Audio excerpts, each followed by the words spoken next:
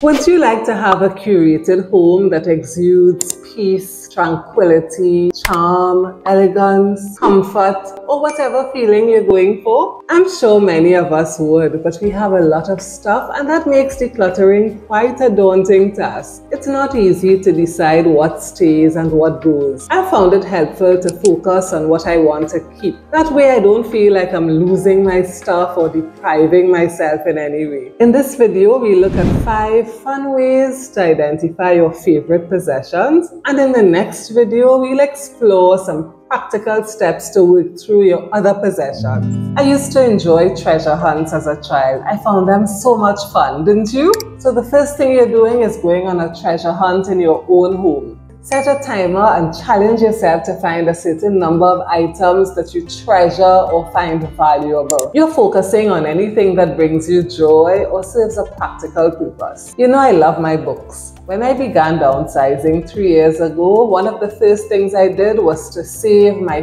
favorite books. As a Man Thinketh by James Allen. Such a beautiful book and a real classic.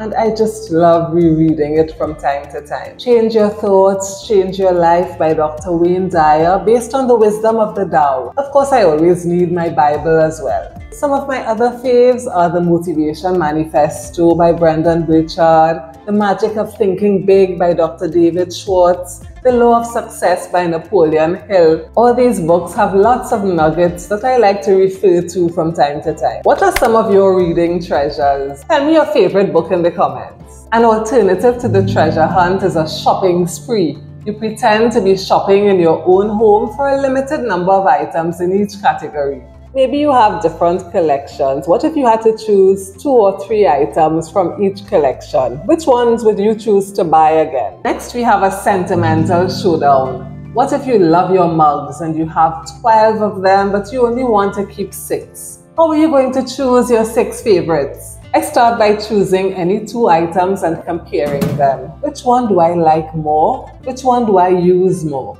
I set aside the loser and the winner moves forward. And I compare the winner to another mug and choose a winner and a loser until I get to the desired number. That's an easy way to narrow down your selection. The next one is the Desert Island or Survivor Challenge.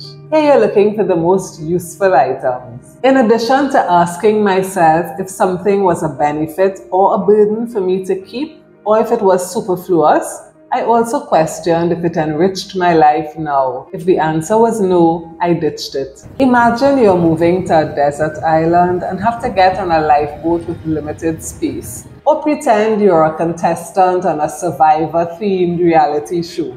Choose the essential items you'll need to survive and thrive. Visualize those belongings that you would prioritize and those that you could comfortably live without.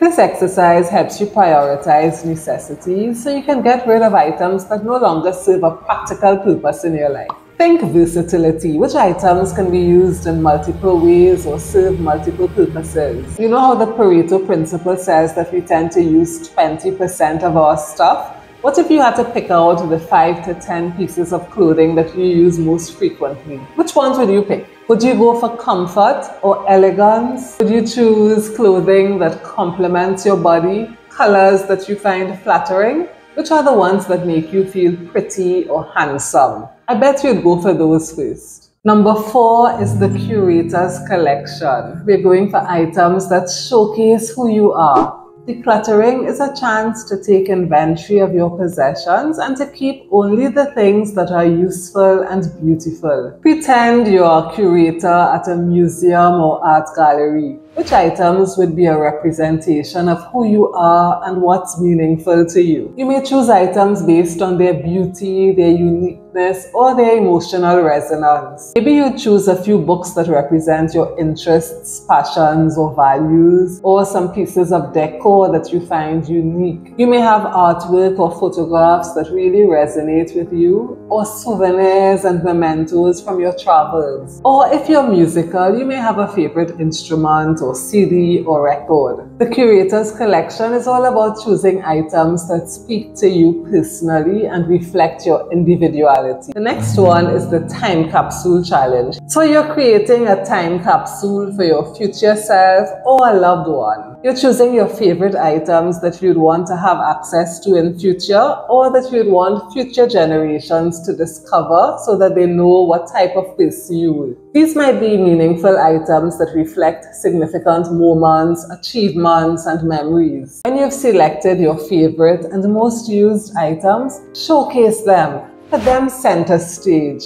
Make sure that they're easily accessible so you can enjoy them regularly. Tell me in the comments if any of the exercises resonated with you and which one is your favorite. Thank you for being on this journey with me. See you in the next video. Thank you for watching. Please like, comment, and subscribe. See you soon.